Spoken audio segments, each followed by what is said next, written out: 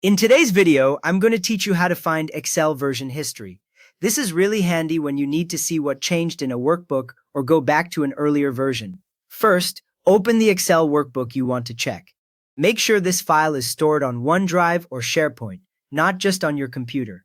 If it is, you will see OneDrive or SharePoint mentioned in the title bar at the top of the Excel window. When the workbook is open and fully loaded, you should see your usual worksheet grid, with the ribbon tabs like Home and Insert along the top. Now you are ready to access version history.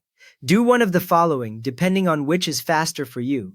The first option is to click the file name in the title bar at the very top center of Excel. A small drop-down menu appears under the name. In that menu, choose Version History. When you click it, Excel sends a quick request to OneDrive or SharePoint to fetch the list of saved versions, so there may be a short pause. If you do not see version history there, use the second option. Go to the File tab in the upper left corner, which opens the Backstage view with a different layout from the normal grid. On the left side, click Info, then choose Version History. In some Microsoft 365 setups, you may instead see a history entry on that left side, and that leads to the same place. As soon as you choose Version History, or History, Excel opens the version list for this workbook.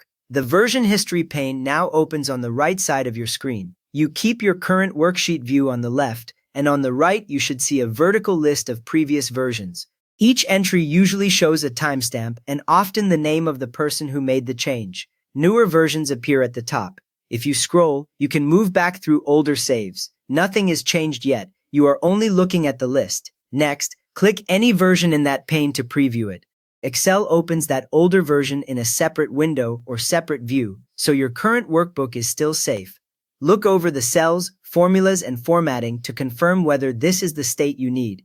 A useful tip, you can compare a few versions by clicking different entries, and Excel will switch the preview each time without restoring anything.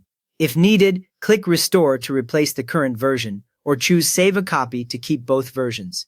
Restore makes that older version the new current one, and your collaborators will see it as the latest file. Save a Copy instead creates a separate workbook based on that version, so your main file stays as it was. After you pick one of these, Excel applies the change right away, and the version list updates. You have now learned how to open and use Excel version history to preview, restore, or copy earlier workbook versions.